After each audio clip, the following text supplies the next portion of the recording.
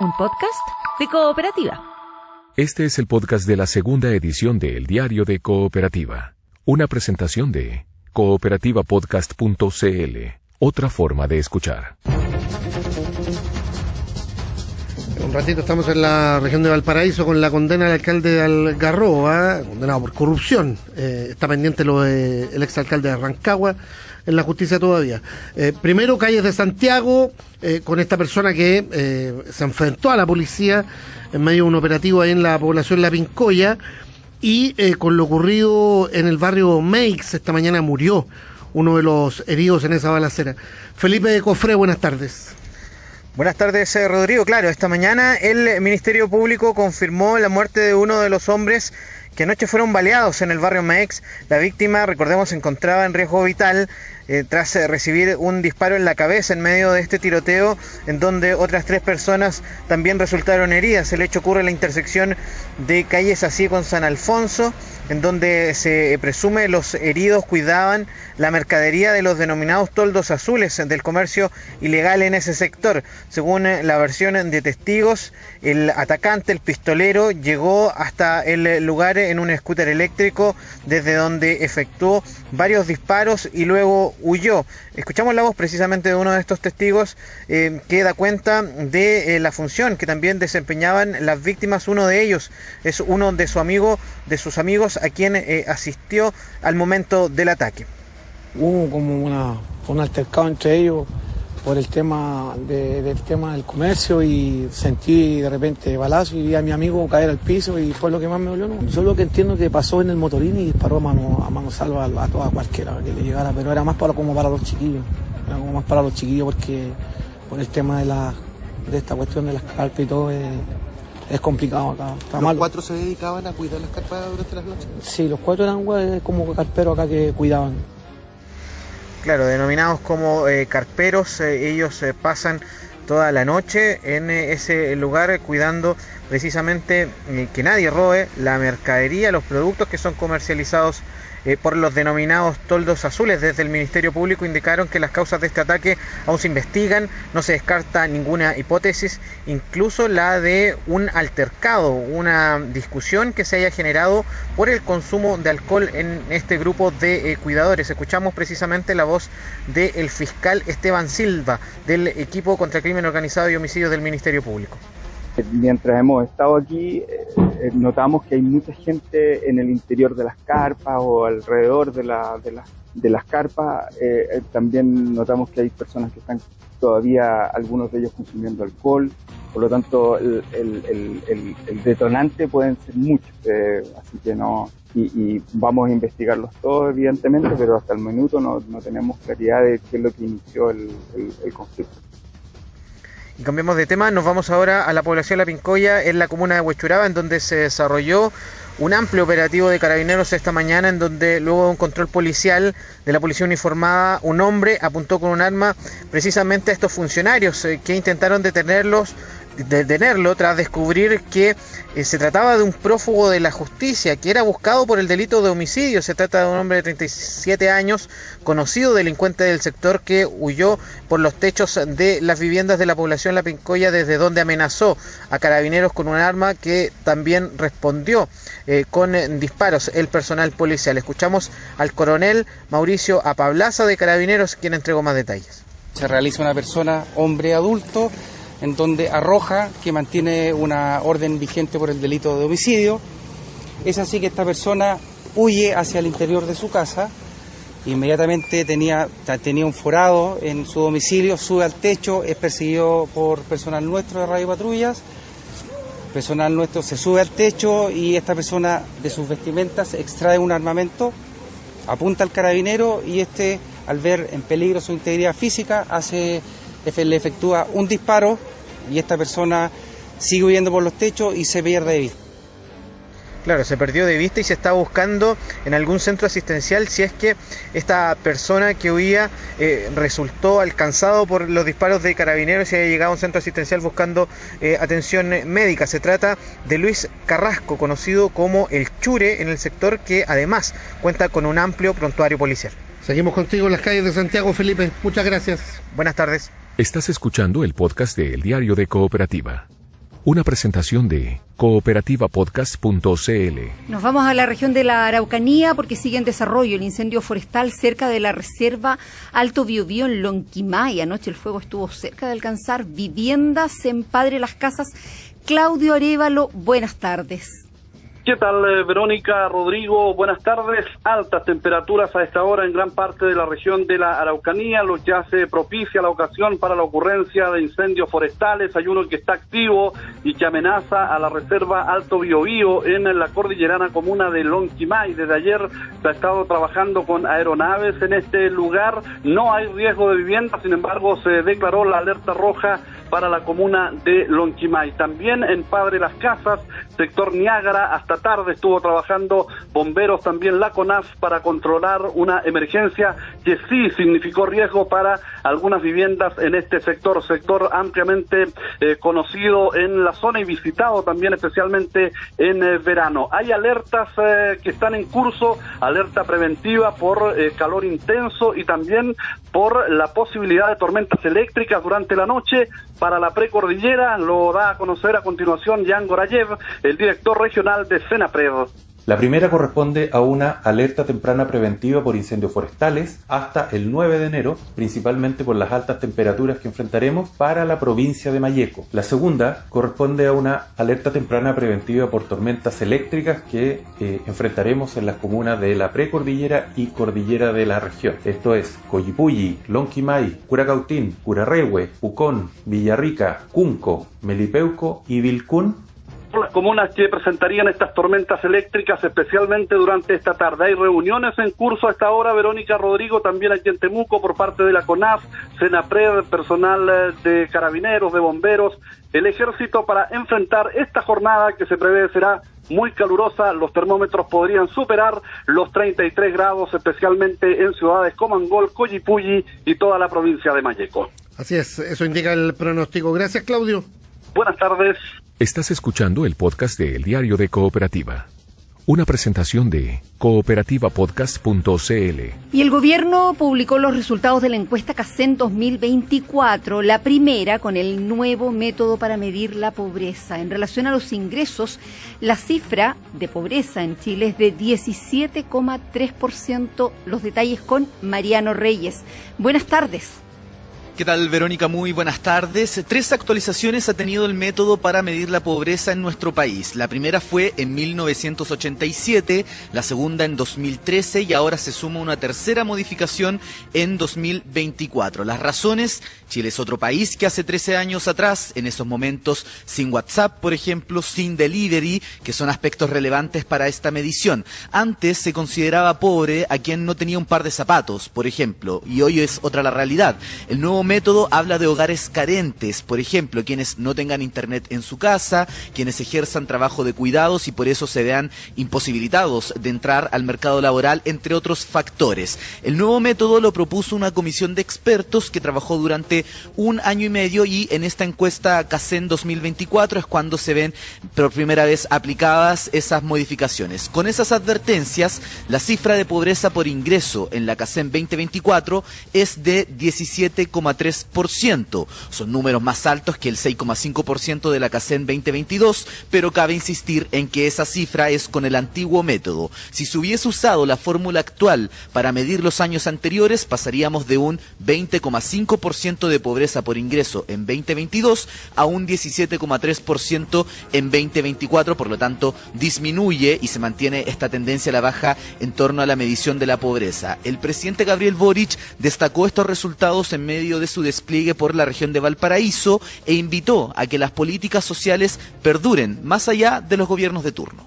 En nuestro gobierno nos tocó la encuesta CACEN 2022 y hoy día la 2024 y podemos decir con orgullo que durante nuestro periodo de gobierno la pobreza ha disminuido en Chile. Gobernar con responsabilidad es medir bien, actuar con seriedad y hacerse cargo de los problemas con datos, con trabajo, con compromiso, con las autoridades en terreno permanentemente. Y es una política de Estado que debe mantenerse independiente de los gobiernos de turno. Bueno, hay un nuevo concepto que se introduce en esta medición a raíz de la recomendación de la comisión experta que se llama la pobreza severa. Esto incluye a aquellos hogares que enfrentan simultáneamente la pobreza por ingresos y la pobreza multidimensional. Con esa fórmula también hay una baja, un 7,8% de pobreza severa en 2022 a un 6,1% en 2024.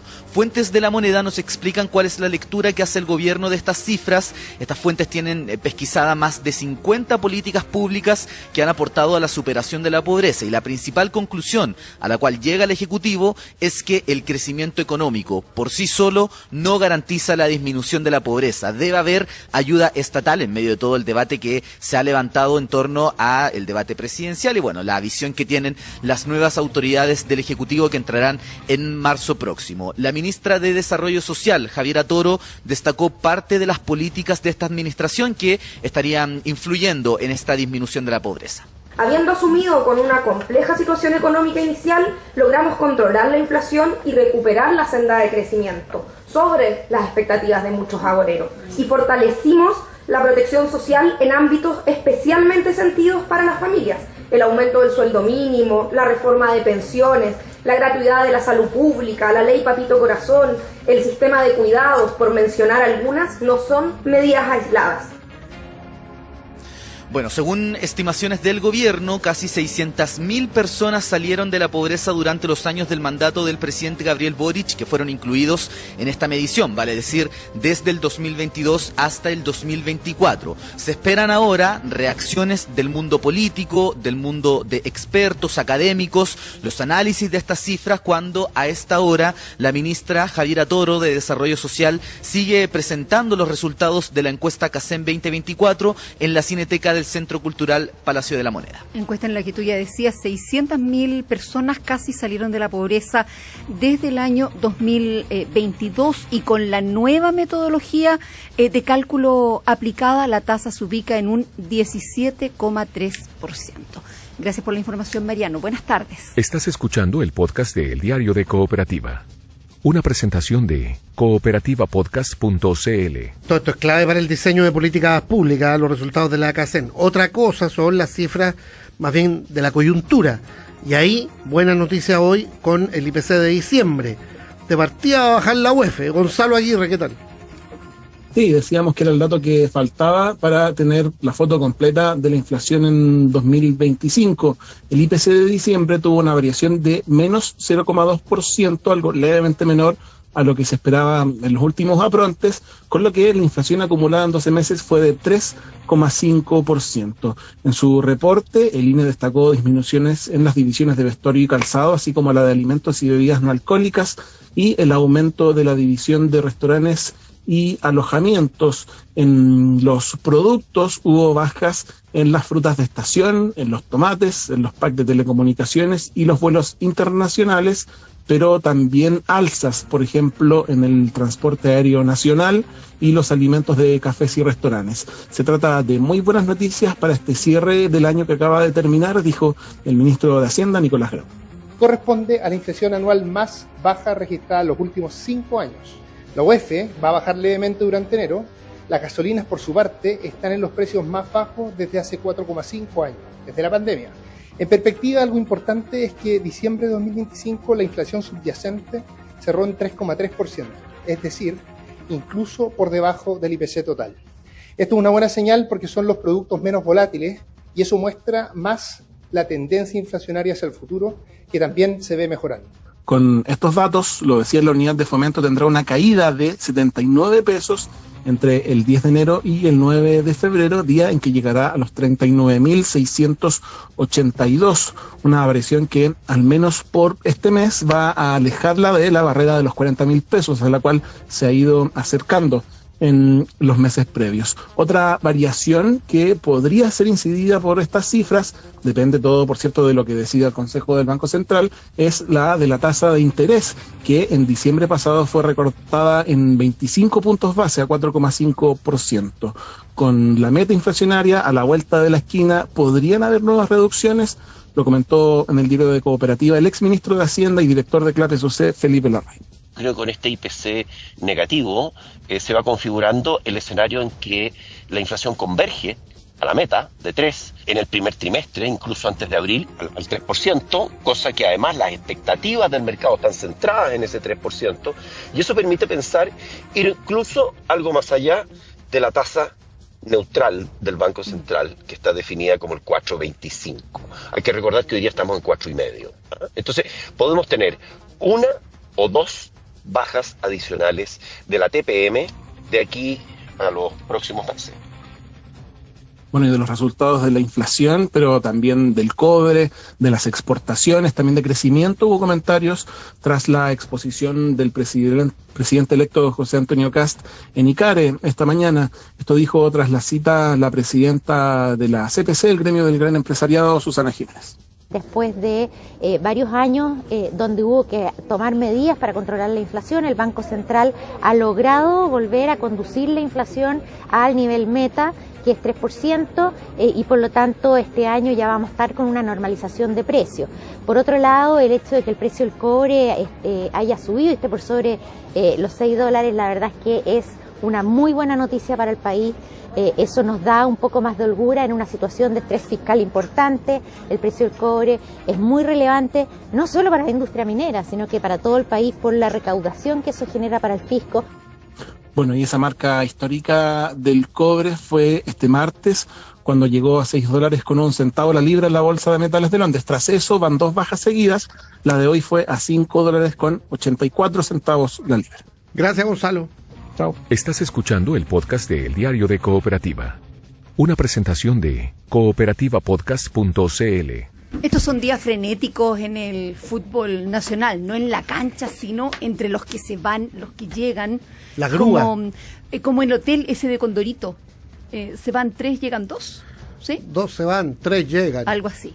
Ernesto Contreras, ¿cómo estás? Buenas tardes. Hola Vero, Rodrigo, ¿cómo están? Noticias al por mayor. Partiremos primero por Alexis Sánchez. No me digas. Habló hoy día, conferencia de prensa en el Sevilla, y habló mucho de Chile, de su frustrado retorno a Sudamérica. De hecho, él reconoce que podría haber retornado a Chile o a Brasil.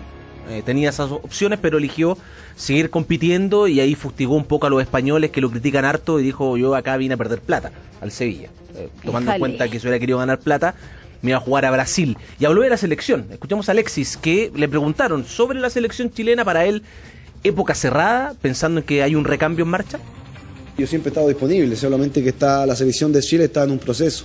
Está en un proceso la selección, y yo el último mundial jugué 2 partidos. Pasé con muchas lesiones, muchos problemas, y no tuve todo el tiempo para jugar con mi selección. Y nada, obviamente que siempre está la gana de estar en la selección, y obviamente guiar a los más jóvenes, como lo mismo que estoy haciendo acá.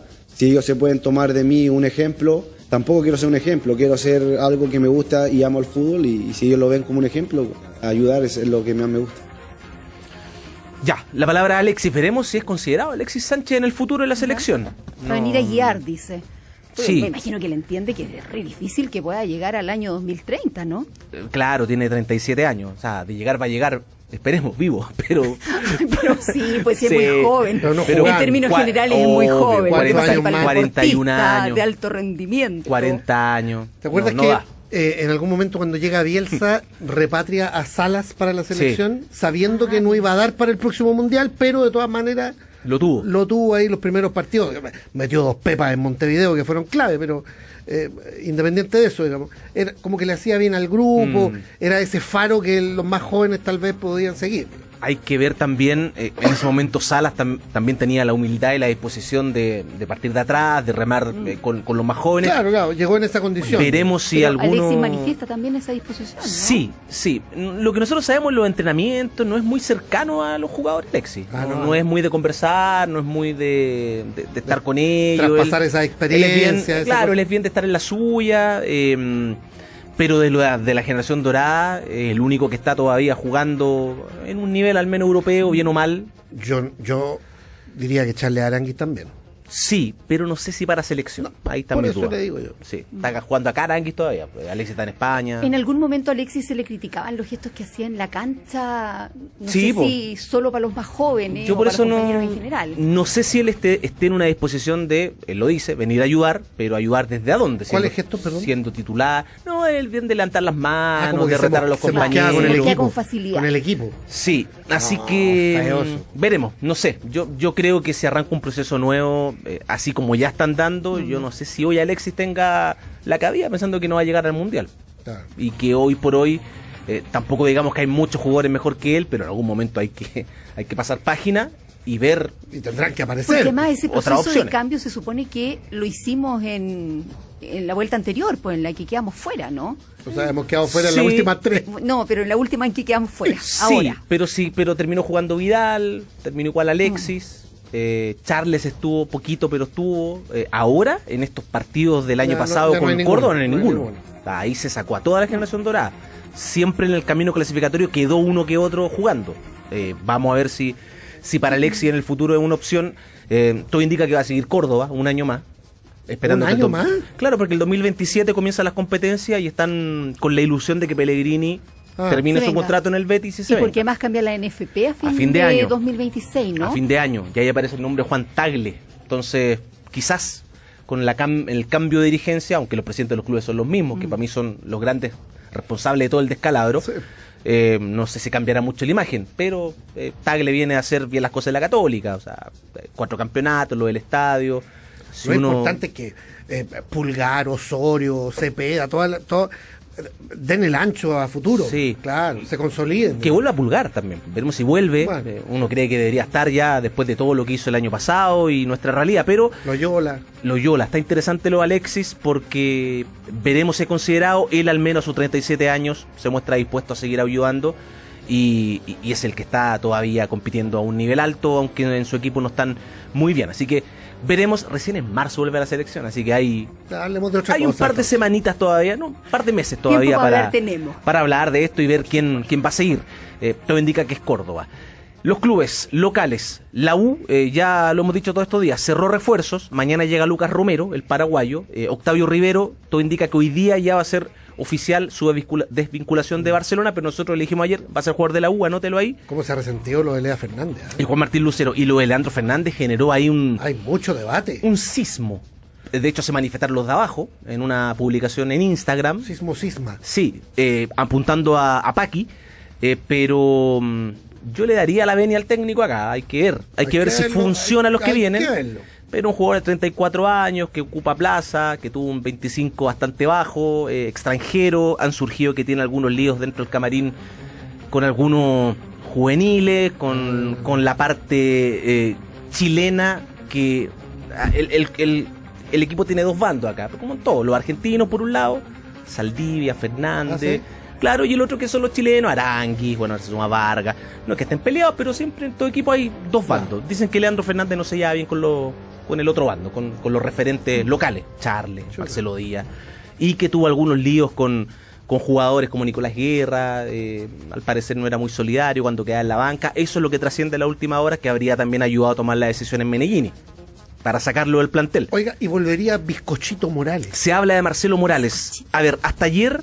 la gente de la U no tenía pensado reemplazar al Tucu Sepúlveda, que se va pronto, se tiene que ir estos días a Lanús.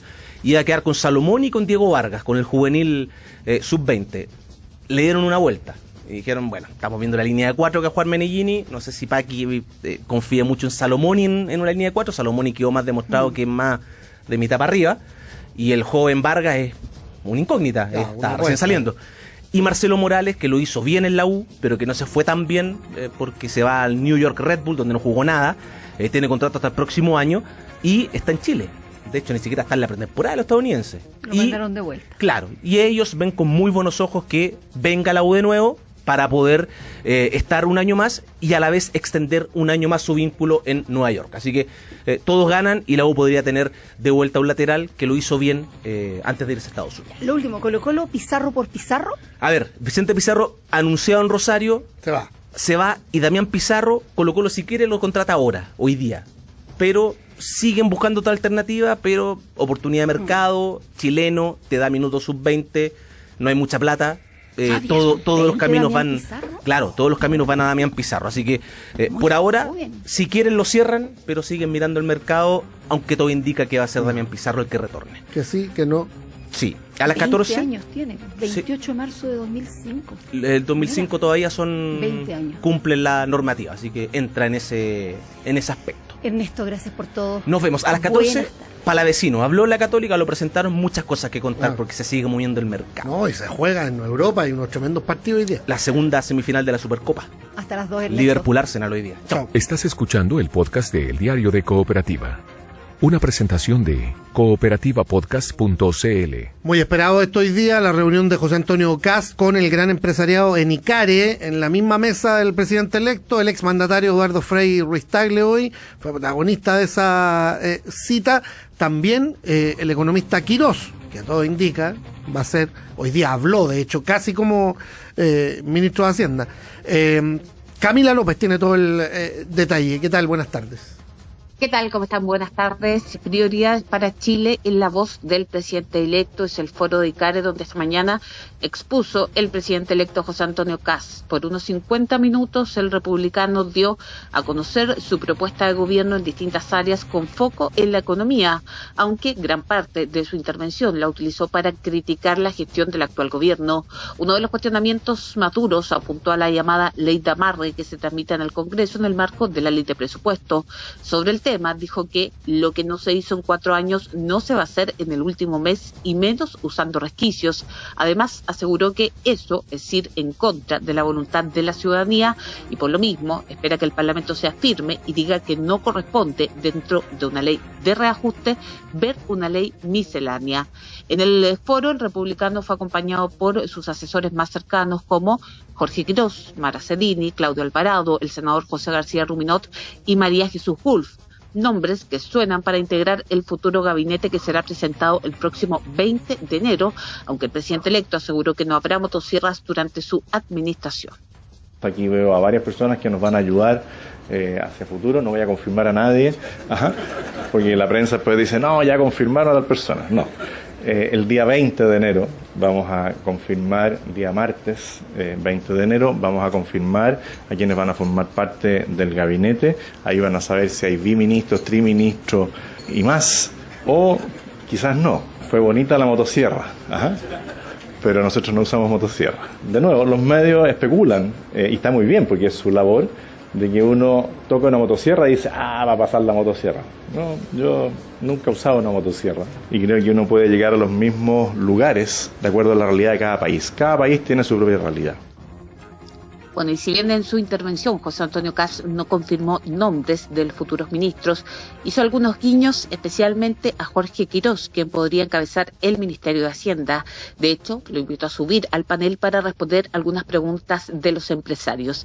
El economista apuntó como eje clave de la recuperación de Chile el destrabar la regulación de los proyectos de inversión y terminar con algunos permisos. Vamos a hacer lo que sea necesario para recuperar el crecimiento, afirmó Quirós.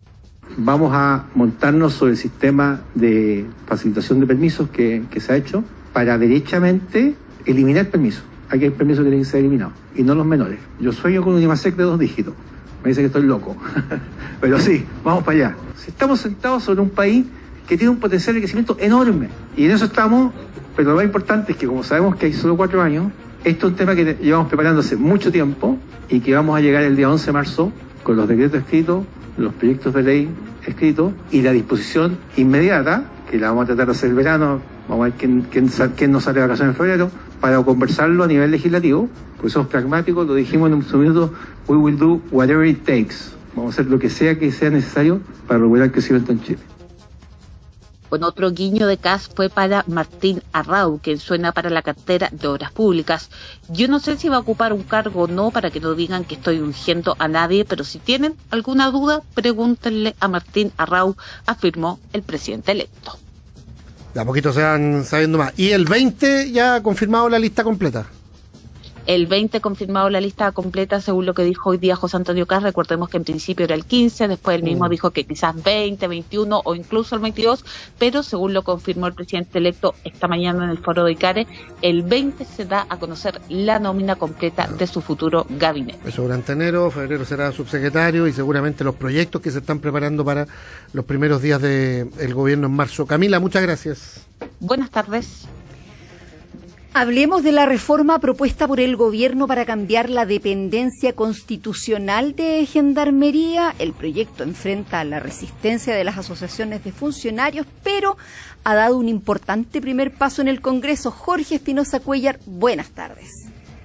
Sí, Verónica, buenas tardes. Claro, con un apoyo transversal y en una votación unánime, fado en general hoy el proyecto de reforma que el Congreso quiere dejar despachado antes de entregar el mando para cambiar la dependencia constitucional de la institución penitenciaria, que pasaría de justicia a seguridad pública.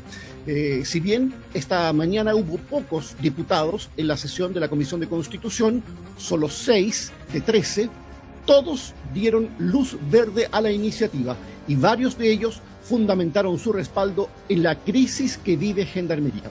Aquí el socialista Leonardo Soto, el RN Andrés Longton y la Frente Amplista y presidenta de la comisión Javiera Morales. Gendarmería ha sido llevado al límite en todos los ámbitos, han habido fugas que son impresentables. La red Apocalipsis ha golpeado fuertemente a todos los chilenos y chilenos. Hace 3 días atrás se descubrió una red que estafó a una actriz de televisión que trabajaba desde el interior de la cárcel de La Serena. Muchos o varios de ellos están involucrados en graves delitos y eso me parece una razón lo suficientemente relevante para decir que estamos en un punto de inflexión en el cual nuestra estructura de cómo están funcionando las cárceles en nuestro país debe tener una reforma estructural. Yo soy una parlamentaria de izquierda. Defiendo la libertad sindical, el derecho a sindicalizarse y por eso me duele saber que esta reforma va a destruir el esfuerzo sindical que se ha construido por tantos años. Pero también la seguridad de los países requiere ciertas medidas a veces dolorosas.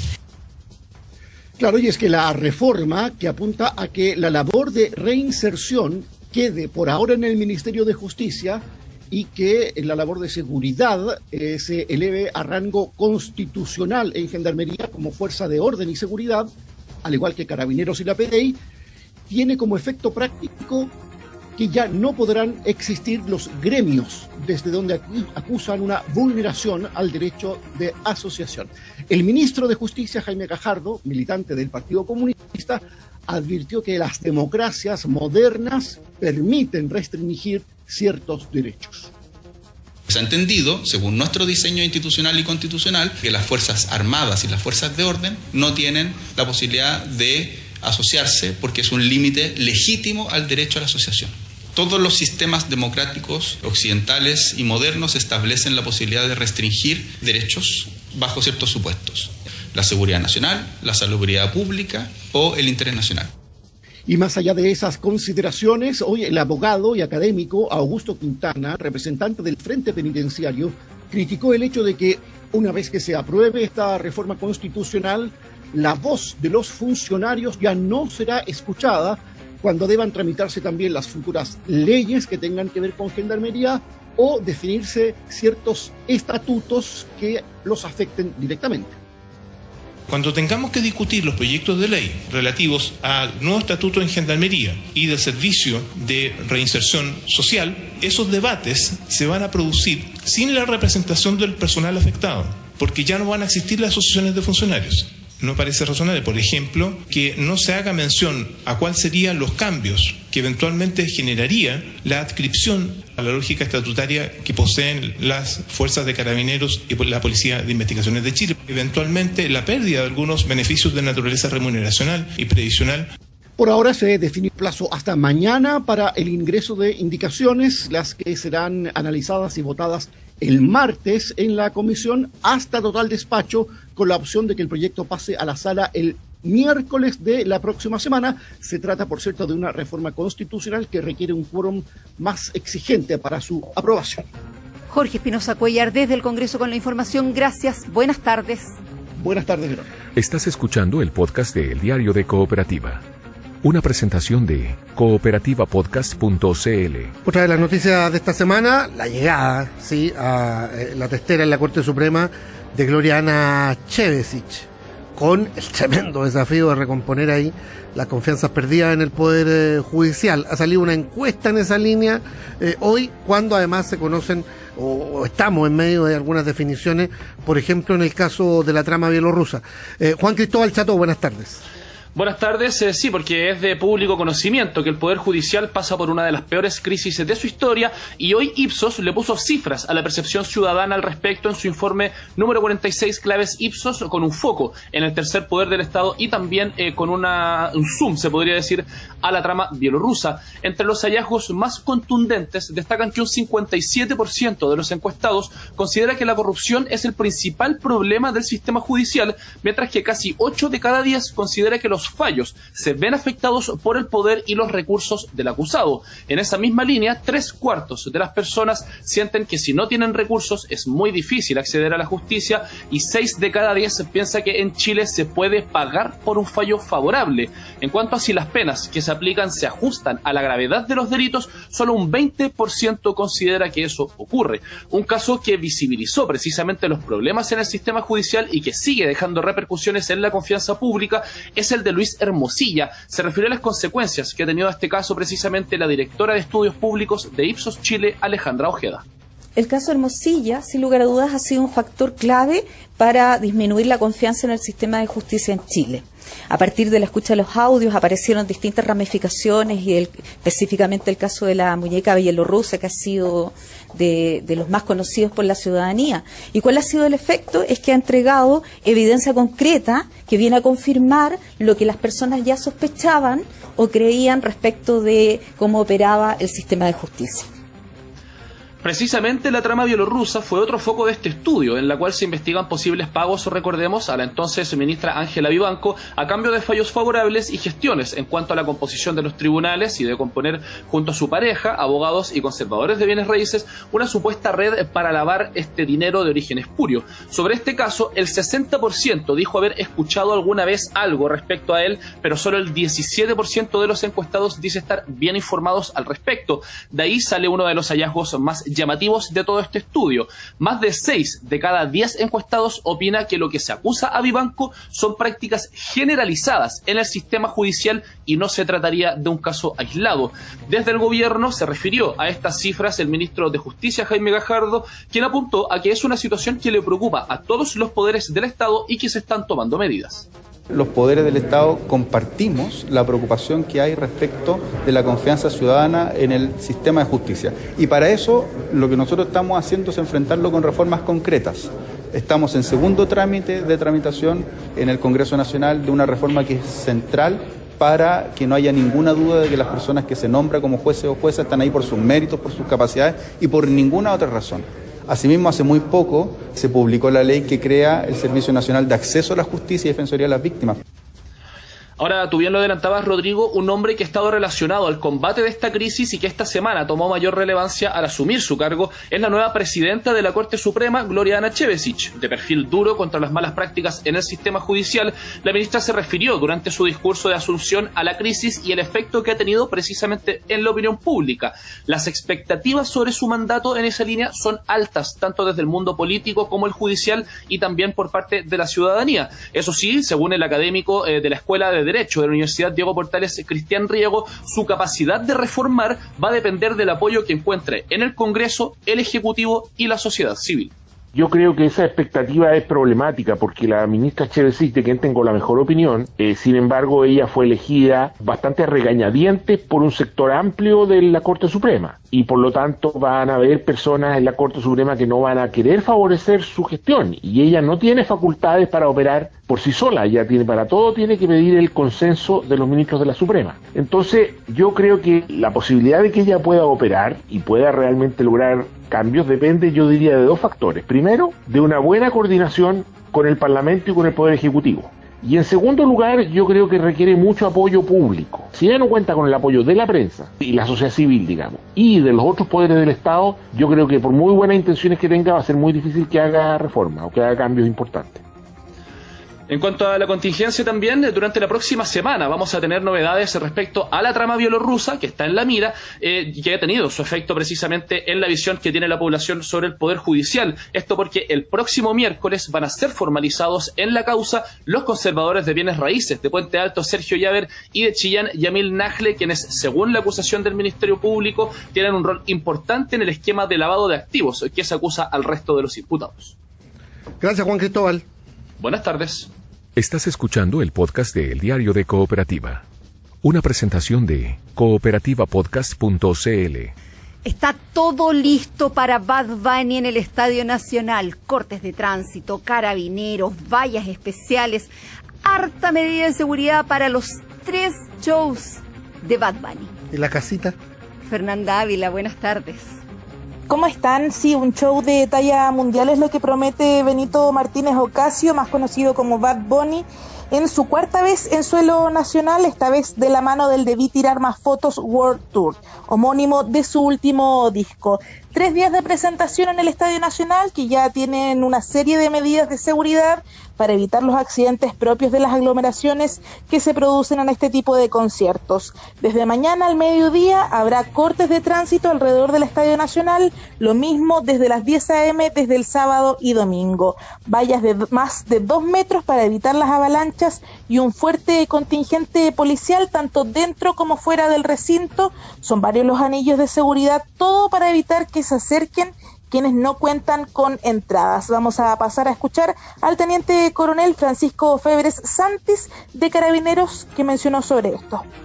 Las personas que no tengan, ¿cierto?, entradas, no se acerquen al perímetro, porque como bien lo señalaron anteriormente, hay un perímetro extendido especial, teniendo en consideración la cantidad de público que va a llegar a los 3 días de evento, que es más o menos similar, son entre 62 a 65 mil personas. Pero conforme a la planificación ejecutada por la Jefatura de Zona Metropolitana, ¿cierto?, el despliegue que se va a realizar cuenta con un número determinado con la finalidad de entregar seguridad, ¿cierto?, en los 3. Nosotros pudimos ingresar al estadio, es un gran escenario, hay más de 72 puertas para ingresar a las distintas locaciones y también está instalada la casita que preguntaba Rodrigo, esta suerte de escenario B, inspirada en las casas del barrio de Puerto Rico y que está emplazada en la parte posterior de la cancha al lado de la galería. Un lugar que le permite al artista tener más contacto con el público, donde también se esperan invitados nacionales e internacionales. Sobre todo esto vamos a escuchar al crítico musical y comentarista también del Diario de Cooperativa, Claudio Vergara. El escenario es mucho más grandilocuente, más espectacular que lo que vimos en 2022. Es un escenario mucho más inmersivo, mucho más grande, acorde a su crecimiento como artista y me atrevería a decir muy distinto a lo que cualquier artista urbano ha estado ofreciendo el último tiempo. Y lo que más llama la atención o va a llamar la atención es esta llamada casita, que es un escenario B, que se ubica cerca de la galería, cerca de las ubicaciones, uno podría decir un poquito más baratas, más módicas. Hay una curiosidad también por saber a quién va a invitar en Chile. Y la casita es un escenario que replica las casas propias de Puerto Rico, de los lugares donde él creció, donde él nació. Es un homenaje al barrio, es un homenaje a los suyos. Sí, casita que todavía no está en la lista de invitados, eso es propio del equipo del artista, no es organizado por Bizarro, pero ya algunos nombres suenan. El más probable y el más posible es el de Pablo Chile. Desde Bizarro se hizo un llamado a los asistentes a colaborar con la seguridad, recordar que las entradas no se pueden renominar para evitar estafas y reventas. Una medida todavía más drástica se ha tomado a partir de quienes llaman a formar avalanchas o hacen estafas masivas. Vamos a escuchar a Daniel Merino, gerente de la productora Bizarro. Lo primero, condenar cualquier tipo de iniciativa o incitación a generar avalanchas, accesos forzados, y en ese sentido es que nosotros tenemos un sistema interno de Bizarro donde tenemos una lista de routes que están involucrados en falsificaciones, en trámites de entradas robadas, generar en conjunto avalanchas, son organizadores de avalanchas. Todo eso nosotros lo hemos denunciado a quien hay que denunciarlo. Pero además de aquello, es que nosotros a esta fecha tenemos una lista de routes en el sistema bloqueado. Hoy día, quien en redes sociales incite el odio, incite una avalancha, el route va a ser bloqueado para todos los eventos de Bizarro, no solamente para este concierto. Para quienes asistan, habrá extensión del Metro de Santiago hasta las 12:30 de la noche y refuerzos en el sistema de buses Red. El recinto tendrá puntos de hidratación, ya que mañana nos espera una calurosa jornada para recibir a Bad Bunny. Fernanda Ávila con la información. Gracias, buenas tardes. Buenas tardes. Estás escuchando el podcast de El Diario de Cooperativa. Una presentación de cooperativapodcast.cl. Declarado culpable por malversación y lavado de activos, se ha sentenciado a 14 años de cárcel al ex alcalde de Algarrobo, José Luis Yáñez. Kast con los grandes empresarios y el expresidente Frei Enicare criticó al gobierno, a la ideología ambientalista y dijo que no usará ninguna motosierra. Va a bajar la unidad de fomento porque el IPC de diciembre cayó más de lo esperado. La inflación anualizada, 3,5 puntos.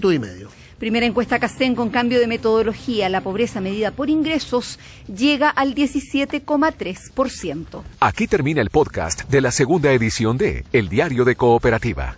Encuéntralo de lunes a viernes en cooperativapodcast.cl o en tu plataforma de audio favorita.